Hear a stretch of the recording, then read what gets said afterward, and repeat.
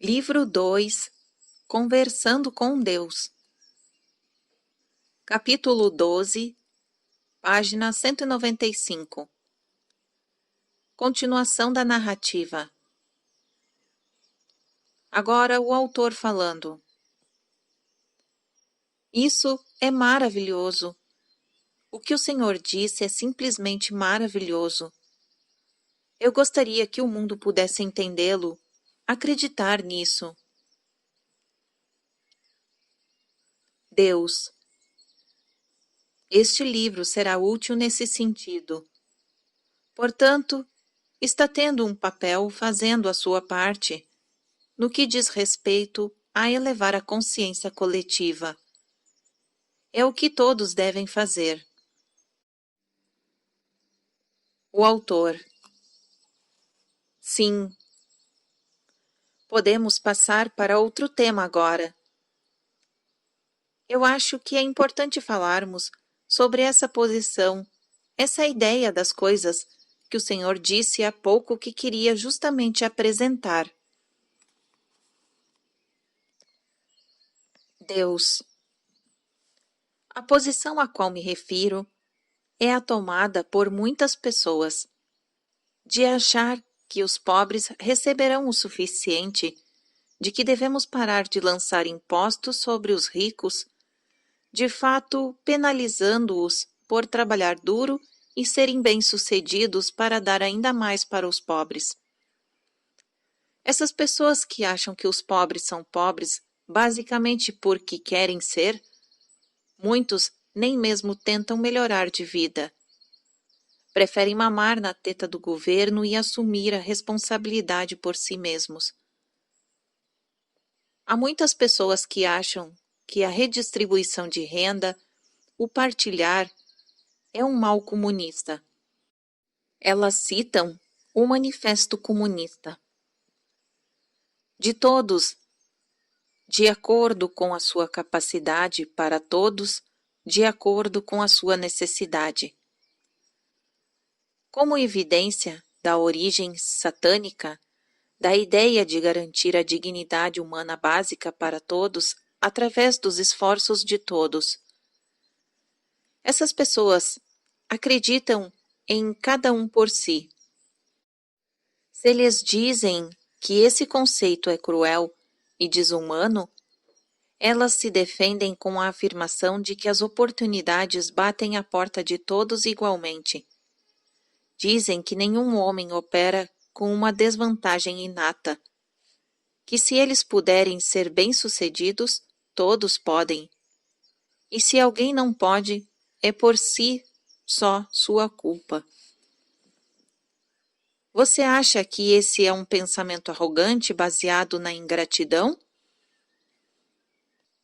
O autor. Sim, mas o que o Senhor acha? Deus. Eu não tenho um julgamento a esse respeito. Isso é simplesmente um pensamento. Há apenas uma pergunta importante em relação a esse ou a qualquer outro pensamento. É útil para você pensar assim?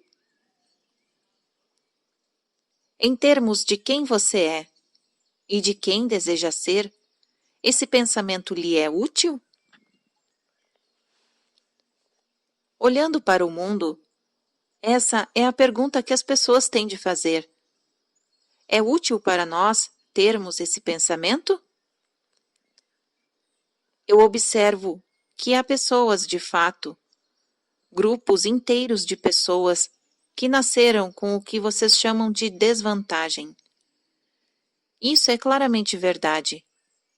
Também é verdade que em um nível metafísico muito elevado, ninguém está em desvantagem, porque cada alma cria para si as pessoas, os eventos e as circunstâncias de que precisa para realizar o que deseja.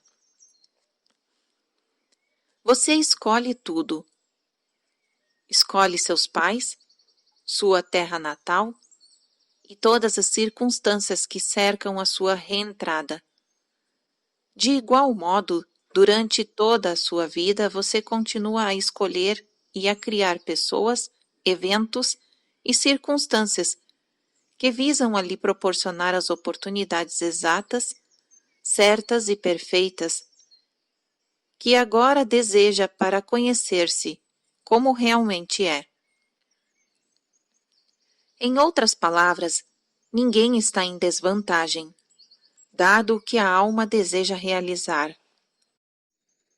Por exemplo, a alma pode desejar trabalhar com um corpo defeituoso em uma sociedade repressiva ou sobre grandes limitações políticas ou econômicas para produzir as condições necessárias para realizar o que pretende. Portanto, vemos que as pessoas realmente enfrentam desvantagens no sentido físico, mas que, na verdade, essas são as condições certas e perfeitas metafisicamente. O autor. Na prática, o que isso significa para nós? Deveríamos oferecer ajuda às pessoas em desvantagem?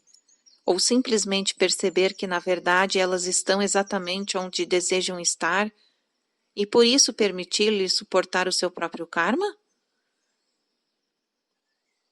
Deus. Essa é uma pergunta muito boa e muito importante. Em primeiro lugar, lembre-se de que tudo o que você pensa, diz e faz é um reflexo do que decidiu sobre si mesmo, uma afirmação de quem você é, um ato de criação em sua decisão de quem você quer ser. Eu repito isso porque é a única coisa que você está fazendo aqui. Esse é o seu objetivo. Não há nada mais acontecendo, nenhuma outra coisa para a alma fazer. Você está tentando ser e experimentar quem realmente é, e criar isso. Está se recriando em todos os momentos do agora. Dentro desse contexto, quando você encontra uma pessoa que parece, nos termos relativos, como é observado em seu mundo, estar em desvantagem, a primeira pergunta que tem de fazer é: quem eu sou e quem escolho ser em relação a isso? Em outras palavras, a primeira pergunta quando você encontra uma pessoa em qualquer circunstância deveria ser sempre: o que eu desejo aqui? Você ouviu isso? Sua primeira pergunta tem de ser sempre: o que eu desejo aqui? E não o que a outra pessoa deseja aqui. O autor. Esse é o insight mais fascinante que me foi fornecido sobre o modo de proceder nos relacionamentos humanos. Vai contra tudo o que sempre me ensinaram. Deus. Eu sei, mas o motivo pelo qual seus relacionamentos estão confusos é que você sempre tenta descobrir o que a outra pessoa deseja e o que as outras pessoas desejam, em vez do que você realmente deseja. Então tem de decidir se deve dar isso a elas. E é assim que você decide, vendo o que pode desejar delas. Se acha que não deseja coisa alguma delas, o principal motivo para dar-lhes o que desejam desaparece, e você raramente lhes dá. Se por outro lado acha que há algo que deseja ou pode desejar delas, seu instinto de sobrevivência se manifesta e você tenta dar-lhes o que desejam. Depois, você se ressente disso, especialmente se a outra pessoa acaba não lhe dando o que você deseja. Nesse jogo de interesses, você estabelece um equilíbrio muito delicado. Satisfaça as minhas necessidades e eu satisfarei as suas. Contudo, o objetivo de todos os relacionamentos humanos entre nações, assim como entre indivíduos, não tem nada a ver com isso. O objetivo de seu relacionamento sagrado com outras pessoas e outros lugares ou outras coisas não é descobrir o que desejam ou do que precisam, mas o que você deseja ou do que você precisa agora para evoluir, ser quem realmente deseja ser. É por isso que eu criei relacionamentos com outras coisas. Se não fosse assim, você poderia ter continuado a viver em um vácuo, em um vazio, na totalidade eterna de onde veio. Contudo, na totalidade, você simplesmente é e não pode experimentar sua consciência como algo em particular, porque na totalidade não há nada que você não seja. Então, eu inventei um modo de você se recriar e saber quem é, em sua experiência. Fiz isso fornecendo-lhe, número 1, a relatividade, um sistema no qual você pode existir como uma coisa em relação à outra. Número 2, o esquecimento, um processo pelo qual você se submete voluntariamente à amnésia total, para que não possa saber que a relatividade é apenas um truque e que você é tudo. Número 3. A consciência. Um estado de ser no qual você evolui até ter a consciência plena e tornar-se o Deus verdadeiro e vivo, criando e experimentando sua própria realidade, expandindo-a e explorando-a, mudando-a e recriando-a à medida que vai expandindo a sua consciência até novos limites, ou digamos, a ausência de limites. Nesse paradigma, a consciência é tudo. A consciência, aquilo de que você realmente está consciente, é a base de toda a verdade e, portanto, de toda a verdadeira espiritualidade. O autor. Mas qual é o objetivo disso tudo? Primeiro, o Senhor nos faz esquecer de quem somos, para que possamos nos lembrar de quem somos? Deus. Não é bem assim. Para que vocês possam criar quem são e quem desejam ser, esse é o ato de Deus, ser Deus. Sou eu, sendo eu, por intermédio de você. Esse é o objetivo de toda a vida. Por seu intermédio, eu experimento ser quem e o que eu sou. Sem você, eu poderia saber disso, mas não experimentá-lo.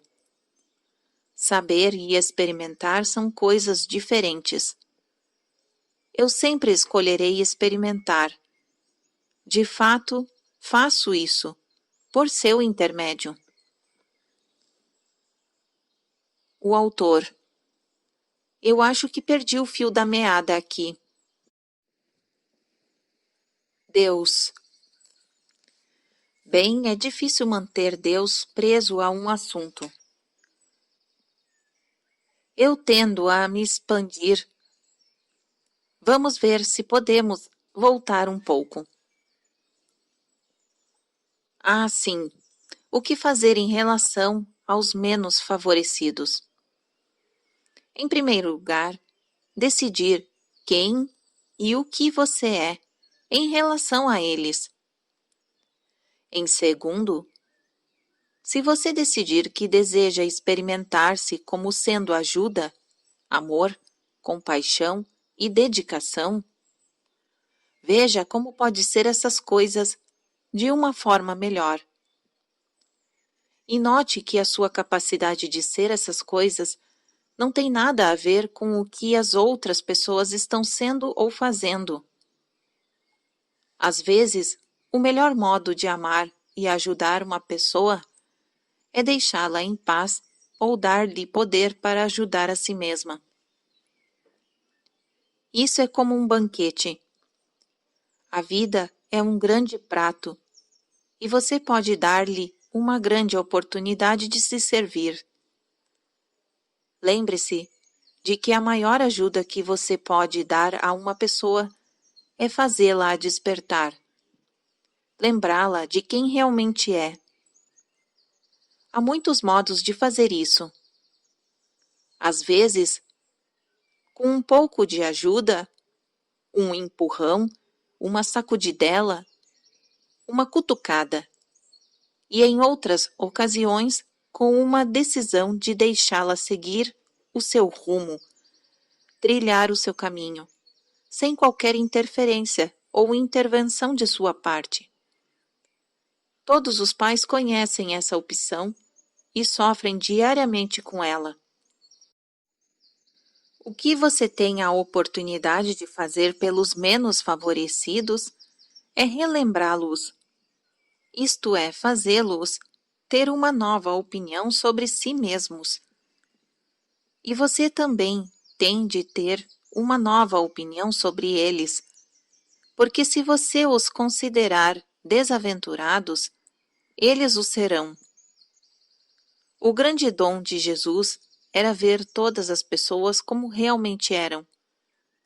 Ele se recusava a se guiar pelas aparências e acreditar no que as outras acreditavam em relação a si mesmas. Sempre teve um pensamento superior e convidou as outras pessoas a tê-lo. Contudo, Jesus também respeitou o que as outras pessoas escolhiam ser. Não exigiam que elas aceitassem a sua ideia superior, apenas a expunha como um convite. Ele também tinha compaixão.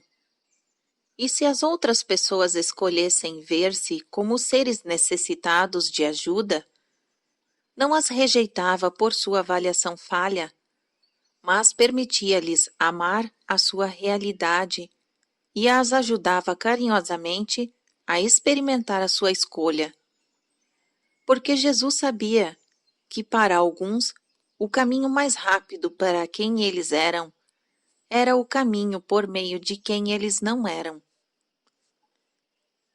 Ele não considerava esse caminho imperfeito e, portanto, o condenava.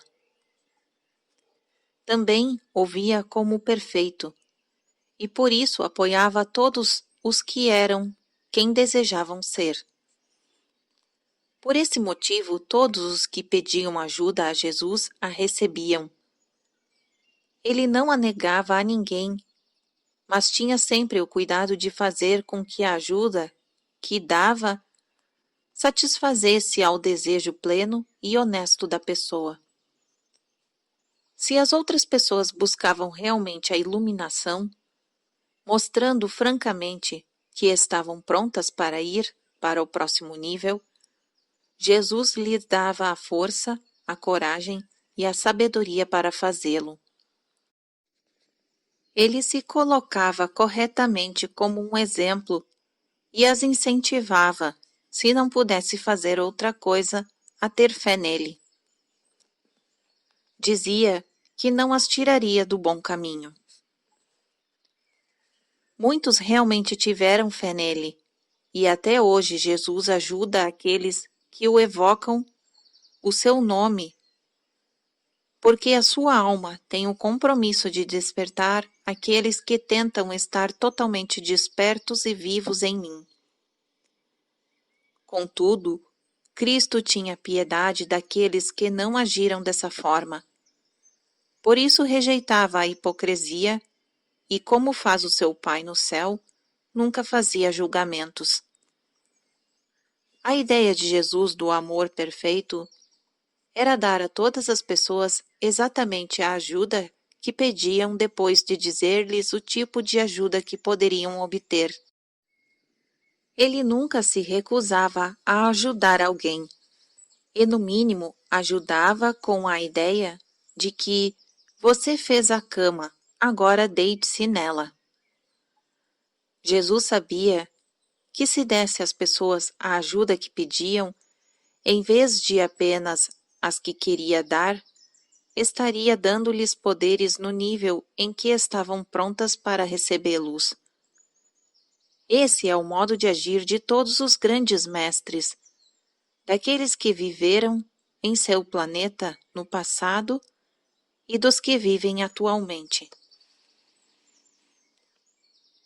O autor. Agora eu estou confuso. Quando é que a ajuda tira poderes? Quando trabalha contra, em vez de a favor da evolução da pessoa? Deus. Quando a ajuda é oferecida de um modo que cria dependência contínua, em vez de independência rápida. Quando você permite que outra pessoa, em nome da compaixão, comece a fiar-se em você, em vez de em si mesma. Isso não é compaixão, é compulsão. Você tem uma compulsão pelo poder, porque esse tipo de ajuda realmente tira o poder. Essa distinção pode ser muito sutil aqui, e às vezes você nem mesmo sabe o que está tirando. Realmente acredita que está apenas fazendo o melhor para ajudar a outra pessoa? Mas tenha o cuidado de não estar apenas tentando criar o seu próprio valor pessoal. Porque na medida em que você permite que as outras pessoas o tornem responsável por elas, terá permitido que elas o tornem poderoso. E isso, é claro, o faz sentir-se bem. Contudo, esse tipo de ajuda é um afrodisíaco que seduz os fracos. O objetivo é ajudar os fracos a se tornarem fortes, não deixá-los fracos, se tornarem mais fracos ainda. Esse é o problema com muitos programas de ajuda do governo, porque eles frequentemente deixam os fracos mais fracos em vez de mais fortes. Os programas do governo podem perpetuar-se. Seu objetivo pode ser tanto justificar sua existência, como ajudar aqueles que devem ser ajudados. Se houvesse um limite para toda ajuda governamental, as pessoas seriam ajudadas quando realmente precisassem de ajuda, mas não se acostumariam com ela, substituindo-a pela confiança em si mesmas. Os governos entendem que ajuda é poder. É por isso que oferecem o máximo de ajuda ao máximo de pessoas possível. Porque o tanto mais pessoas o governo ajuda, mais pessoas ajudam o governo. Quem o governo apoia, apoia o governo. O autor. Então não deveria haver uma redistribuição de renda. O manifesto comunista é satânico? Deus. É claro que não existe Satã, mas eu compreendo o que você quer dizer. A ideia por trás da afirmação de todos de acordo com a sua capacidade, para todos de acordo com a sua necessidade, não é diabólica. É linda. É simplesmente outro modo de dizer que você é o protetor de seu irmão. É a colocação em prática desta bela ideia que pode tornar-se feia. A partilha deve ser em um estilo de vida, não em um decreto imposto pelo governo. Deve ser voluntária, não forçada. O autor. Mas lá vamos nós novamente. Na melhor das hipóteses, o governo é o povo e seus programas são simplesmente mecanismos pelos quais as pessoas partilham com muitas outras, como um estilo de vida. E eu argumentaria que elas coletivamente, por meio de seus sistemas políticos, escolheram fazê-lo porque observaram, e a história mostrou isso, que aqueles que têm não partilham com aqueles que não têm. Os camponeses russos poderiam ter esperado eternamente para a nobreza russa partilhar a sua riqueza, que geralmente era obtida e aumentada através do seu trabalho duro. Os camponeses recebiam apenas o suficiente para sobreviver, como um incentivo para continuarem a trabalhar na terra e tornar os seus proprietários mais ricos. Fale sobre um relacionamento de dependência. Aquilo era um arranjo do tipo: eu só ajudo se você me ajudar, mais explorativo e imoral que qualquer outra coisa inventada pelo governo. E foi contra a imoralidade que os camponeses russos se revoltaram. Um governo que garantia que todas as pessoas seriam tratadas igualmente surgiu da frustração do povo com o fato de que aqueles que tinham não davam coisa alguma por sua livre vontade para aqueles que não tinham. Foi quando Maria Antonieta disse ao povo faminto e esfarrapado, que chamava debaixo de sua janela, enquanto ela estava mergulhada em uma bandeira de ouro sobre um pedestal, com incrustações de pedras preciosas, mastigando uvas importadas. Que comam croissants. Essa é a posição da qual os oprimidos reclamam. É a que causa revolução e cria os assim chamados governos opressores. Os governos que tiram dos ricos e dão para os pobres são chamados de opressores, ao passo que os governos que não fazem coisa alguma enquanto os ricos exploram os pobres são chamados de repressores. Fale sobre isso com os camponeses do México, até mesmo hoje em dia. Dizem que 20 ou 30 famílias da elite rica e poderosa literalmente governam o México, principalmente porque são donas dele, enquanto 20 ou 30 milhões sofrem privações. Por esse motivo, em 1993 e 94, os camponeses se revoltaram tentando forçar o governo elitista a cumprir o seu dever de ajudar as pessoas e conseguir os meios de viver com um mínimo de dignidade. Há uma diferença entre os governantes elitistas e os governos do que pelo e para o povo. Os governos do povo não são criados por pessoas irritadas e frustradas com o egoísmo básico da natureza humana? Os programas de governo não são criados com um remédio para a pouca disposição do homem de fornecer ele próprio um remédio? Essa não é a origem das leis que regem os reformatórios e o trabalho infantil e dos programas de apoio para as mães com filhos dependentes?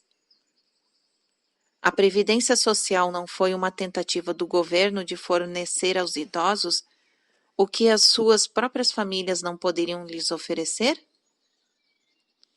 Como reconciliamos nosso ódio ao controle governamental com a nossa falta de desejo de fazer o que não temos de fazer quando não existe controle? Dizem que alguns trabalhadores das minas de carvão trabalhavam sob condições péssimas antes que os governos exigissem que os sórdidos proprietários das minas pusessem em ordens as suas sórdidas minas. Porque os proprietários não fizeram isso por si mesmos? Por que diminuiriam seus lucros? E os ricos não se importavam com quantos pobres morriam nas minas sem segurança para manter os seus lucros aumentados. Os negócios pagavam os trabalhadores em início de carreira salários de fome, antes de os governos estabelecerem um salário mínimo. Aqueles que são a favor de uma volta aos velhos bons tempos dizem: e daí? Eles forneciam empregos, não é? E afinal de contas, quem assumia o risco? O trabalhador? Não, o investidor. O proprietário assumia todos os riscos. Então ele deveria ficar com a maior parte. Qualquer um que ache que os trabalhadores de cujo trabalho os proprietários dependem deveriam ser tratados com dignidade e chamados de comunista. Qualquer um que ache que não deveria ser negado moradia a uma pessoa devido à cor da pele é chamado de socialista. Qualquer um que ache que não deveriam ser negadas a uma mulher oportunidades de emprego ou promoção simplesmente porque ela é do sexo errado é chamado de feminista radical. E quando os governos, através de seus representantes eleitos, tentam resolver esses problemas que as pessoas com poder na sociedade se recusam, terminantemente, a resolver, são chamados de opressivos. Nunca pelas pessoas as quais ajudam, apenas pelas que se recusam a ajudar. Em nenhum lugar isso é mais evidente do que na saúde pública. Em 1992, um presidente americano e sua esposa decidiram que era injusto e errado milhões de pessoas não terem acesso à saúde pública preventiva. Essa ideia deu início a um debate sobre o SUS que causou divergências até mesmo entre a profissão médica e as empresas seguradoras. A verdadeira questão não é que a solução era melhor, ou o plano proposto pelo governo ou o plano proposto pelas empresas privadas. A verdadeira questão é: por que a iniciativa privada não propôs a sua própria solução há muito tempo? Eu lhe digo por quê. Porque não teve de fazer isso. Ninguém estava reclamando. E a iniciativa privada é movida pelos lucros. Lucros, lucros e mais lucros. Portanto, minha opinião é a de que podemos gritar e reclamar o quanto quisermos. A verdade pura e simples é que os governos fornecem soluções quando o setor privado não faz coisa alguma. Também podemos afirmar que os governos estão fazendo o que estão fazendo contra a vontade das pessoas, mas enquanto as pessoas controlarem o governo, como fazem em grande parte dos Estados Unidos, este continuará a encontrar e exigir soluções para os males sociais, porque a maioria das pessoas não é rica e poderosa, e por isso consegue, por meio de leis, o que a sociedade não dá voluntariamente. Somente nos países em que a maioria das pessoas não controla o governo, este faz pouco ou coisa alguma para acabar com as desigualdades. Daí então o problema: quanto o governo é excessivo? Quanto é insuficiente? E onde e como chegamos a um equilíbrio? Deus. Uau! Nunca ouvi falar assim, pelo menos quando tomou a palavra em nossos 2 livros. O autor.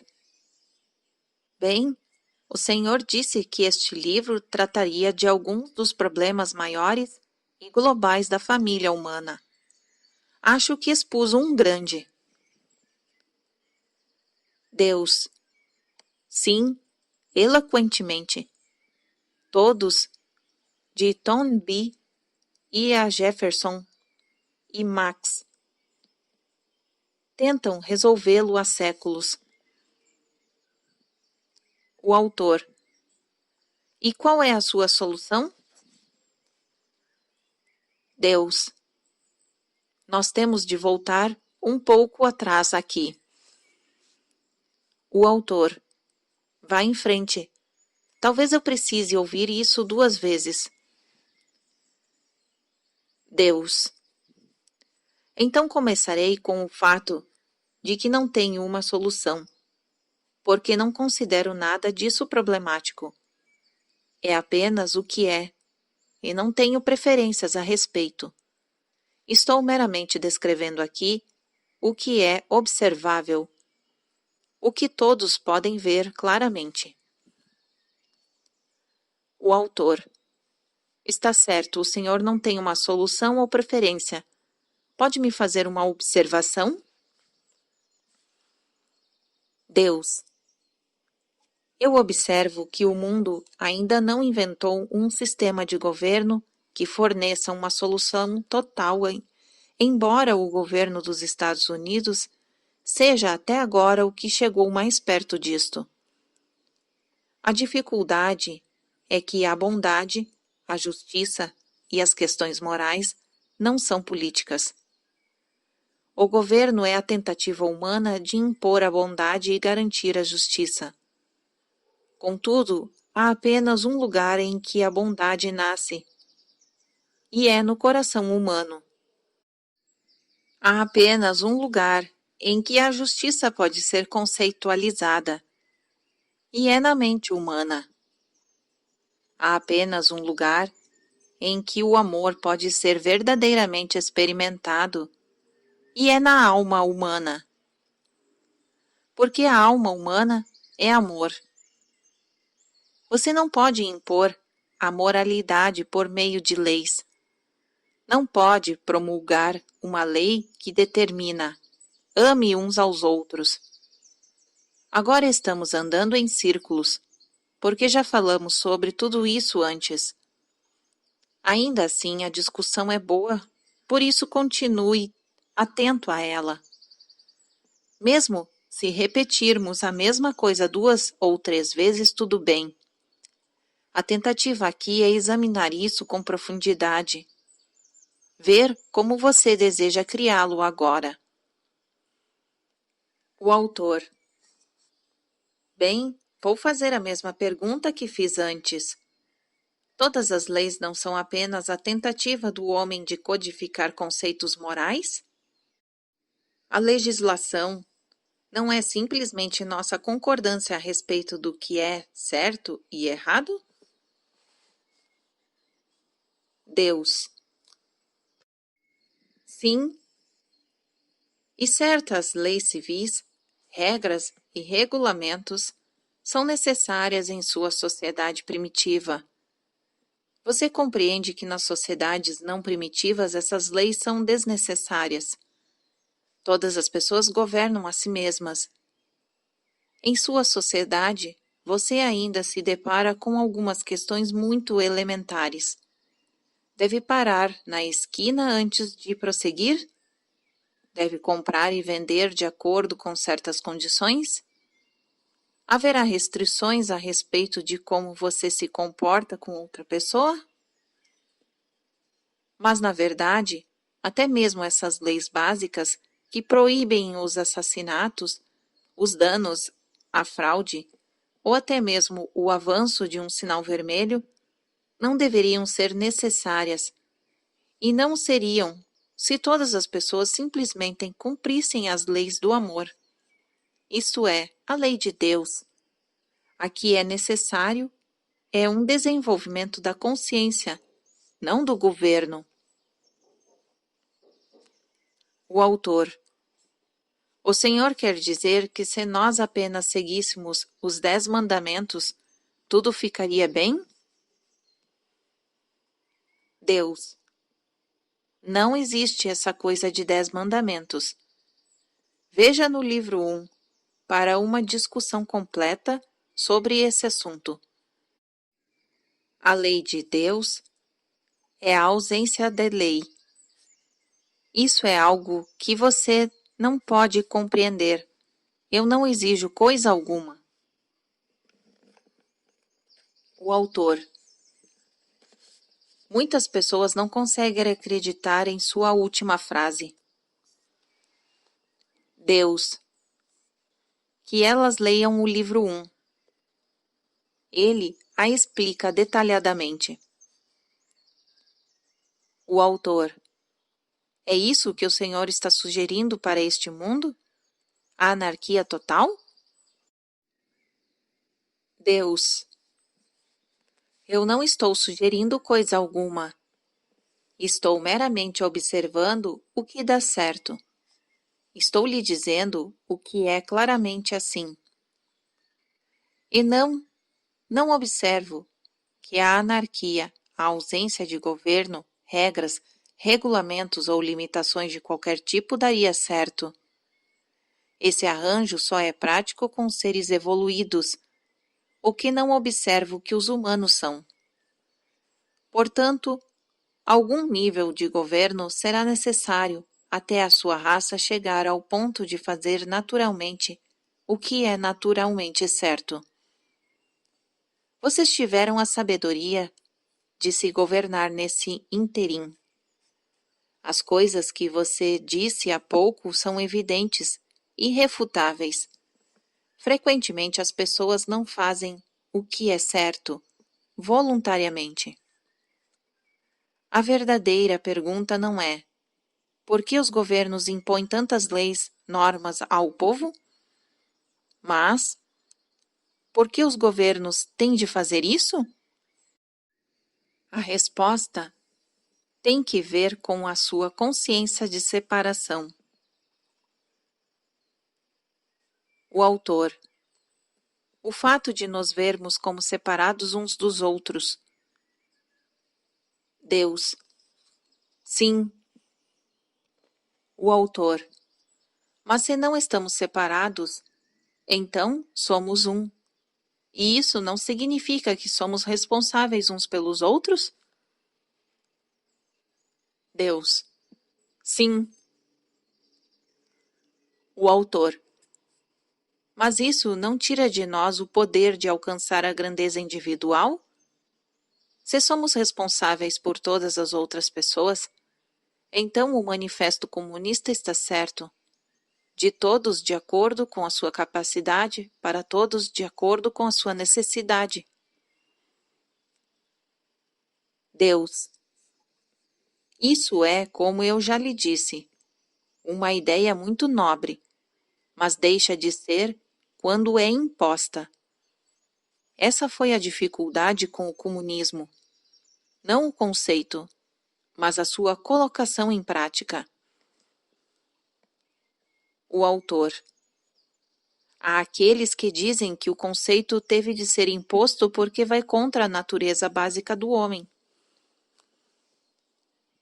Deus. Você acertou em cheio. O que precisa ser mudado é a natureza básica do homem. É isso que deve ser feito. O autor. Criar a mudança de consciência da qual o Senhor falou. Deus. Sim, isso mesmo. O autor. Mas estamos andando novamente em círculos. Uma consciência de grupo não tiraria o poder dos indivíduos? Deus. Vamos a analisar isso. Se todas as pessoas no planeta tivessem as suas necessidades básicas satisfeitas, se as massas pudessem viver dignamente e escapar da luta pela simples sobrevivência, isso não abriria o caminho para toda a humanidade dedicar-se às atividades mais nobres? A grandeza individual seria realmente suprida se a sobrevivência individual fosse garantida? A dignidade universal deve ser sacrificada em prol da glória individual? Que tipo de glória é obtida quando ela é atingida à custa dos outros? Eu coloquei recursos mais do que suficiente em seu planeta para garantir a subsistência de todos. Como é possível milhares de pessoas morrerem de fome a cada ano? Centenas não terem lar? Milhões implorarem por simples dignidade? O tipo de ajuda que poria fim a isso não é o tipo de ajuda que tira o poder. Se os seus afortunados dizem que não querem ajudar os famintos e sem lar, porque não querem tirar-lhes o poder, são hipócritas. Porque ninguém é realmente afortunado, se o é, enquanto outras pessoas estão morrendo.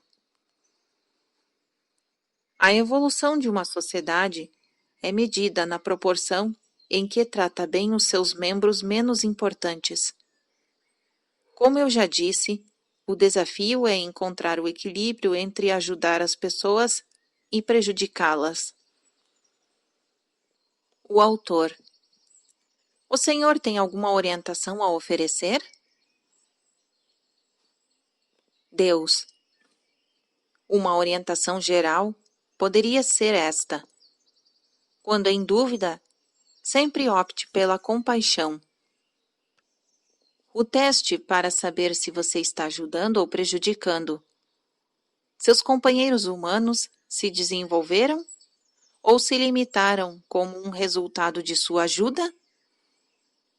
Você os tornou maiores ou menores? Mais ou menos capazes? O autor. Tem sido dito que, se dermos todas as coisas para as pessoas, elas desejarão menos trabalhar para obtê-las. Deus. Mas por que deveriam trabalhar para ter um mínimo de dignidade? Não há suficiente para todos? Por que trabalhar para isso deveria ter algo a ver com tudo? A dignidade humana básica não é um direito inato de todos? Não deveria ser? Se alguém deseja mais do que os níveis mínimos, mais comida, abrigos maiores, roupas melhores para o corpo, pode tentar atingir esses objetivos, mas deveria ser preciso lutar para sobreviver em um planeta em que há mais do que suficiente para todos? Essa é a questão principal enfrentada pela humanidade. O desafio não é tornar todos iguais, mas dar a todos, pelo menos, a garantia de sobrevivência básica com dignidade, para que todos possam ter a chance de escolher o que mais desejam. O autor. Há aqueles que argumentam que alguns não aproveitam essa chance quando lhe é dada. Deus. E esse argumento é correto. Isso levanta ainda outra questão. Você deve dar outra chance e outra ainda para aqueles que não aproveitam oportunidades que lhes são dadas? Não. Se eu tomasse essa atitude, vocês estariam irremediavelmente perdidos. Eu lhe digo que a compaixão e a paciência são infinitas no mundo de Deus. Somente no mundo do homem a bondade é limitada. Em meu mundo a bondade é infinita. O autor. Mesmo se nós não a merecemos? Deus. Vocês sempre a merecem. O autor. Mesmo se atirarmos a sua vontade de volta em sua face? Deus. Especialmente se fazem isso. Se um homem bater no lado direito da sua face, ofereça-lhe o outro lado. E se esse homem lhe pedir para caminhar 1 quilômetro com ele, caminhe 2. Quando vocês atiraram a minha bondade de volta em minha face, o que, aliás, a raça humana faz com Deus há milênios, eu vejo que estão meramente enganados. Não sabem o que é de seu interesse. Eu tenho compaixão porque o seu engano não se baseia na maldade, mas na ignorância. O autor. Mas algumas pessoas são básicas e realmente más. Deus. Quem lhe disse isso? O autor. É o que observo. Deus. Então você não enxerga bem. Eu já lhe disse que ninguém faz nada de mal, dado o seu modelo de mundo. Em outras palavras, todos fazem o melhor que podemos. Em um determinado momento, todos os atos e todas as pessoas dependem dos dados disponíveis. Eu já disse que a consciência é tudo. Do que você está consciente? O que sabe? O autor. Mas quando as pessoas nos agridem, ferem, prejudicam e até mesmo o matam, tendo em vista seus próprios objetivos, isso não é maldade? Deus. Eu já lhe disse que toda agressão é um pedido de ajuda. Ninguém deseja realmente prejudicar ninguém. Aqueles que o prejudicam, inclusive os seus próprios governos, o fazem com uma ideia errônea de que esse é o único modo de obter o que desejam. Eu já descrevi, em linhas gerais neste livro, a melhor solução para esse problema.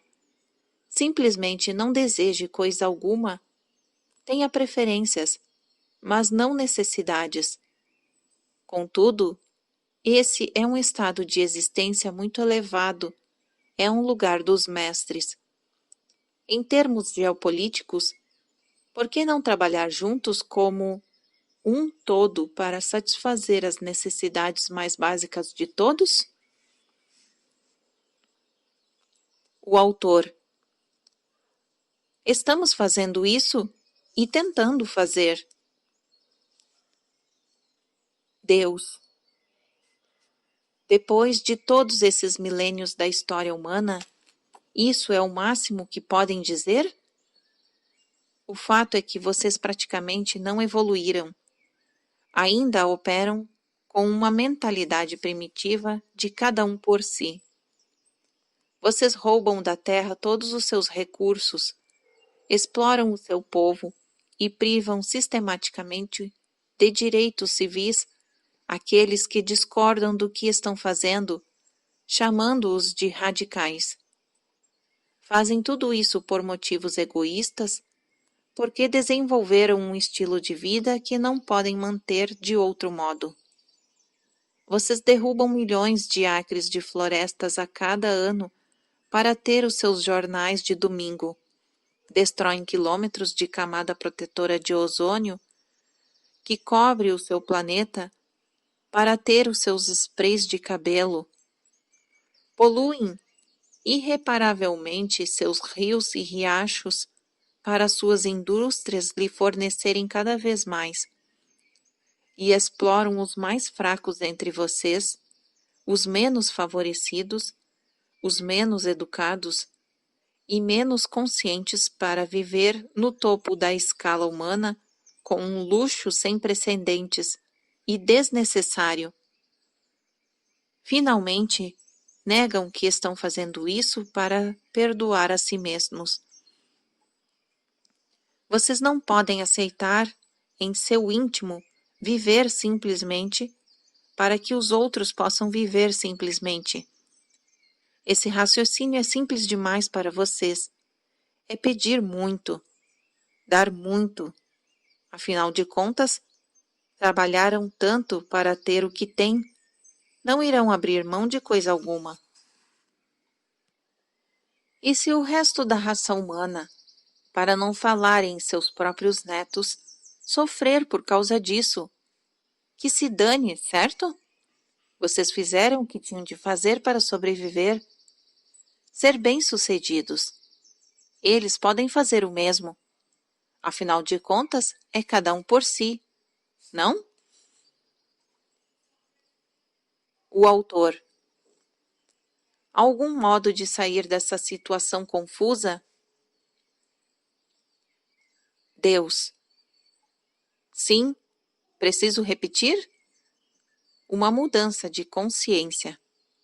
Vocês não podem resolver os problemas que afligem a humanidade por meio da ação governamental ou meios políticos. Tentam fazer isso há milhares de anos. A mudança que deve ser feita só pode ocorrer nos corações dos homens. O autor. O Senhor pode resumir a mudança que deve ser feita em uma única frase? Deus. Eu já fiz isso várias vezes. Vocês devem parar de ver Deus como separado de vocês e vocês como separados uns dos outros. A única solução é a verdade máxima. Nada existe no universo separado das outras coisas. Tudo está intrinsecamente ligado, é definitivamente interdependente e interativo, e está entrelaçado na trama de toda a vida. Todo governo, toda política deve basear-se nessa verdade. Todas as leis devem ter sua origem nela. Essa é a esperança futura de sua raça, a única de seu planeta. O autor. Como funciona a lei do amor da qual o Senhor falou antes? Deus. O amor dá tudo e não precisa de coisa alguma. O autor. Como podemos não precisar de coisa alguma? Deus. Se todos de sua raça dessem tudo, do que vocês precisariam? O único motivo pelo qual precisam de alguma coisa é o fato de que alguém está negando. Parem de negar. O autor. Isso poderia não dar certo se todos nós não o fizéssemos ao mesmo tempo. Deus. De fato, é preciso haver uma consciência global. Contudo, como ela surgiria? Alguém tem de começar. Esta é a sua oportunidade. Você pode ser a fonte dessa nova consciência. A inspiração, na verdade, deve ser. O autor. Devo? Deus. Há mais alguém aí?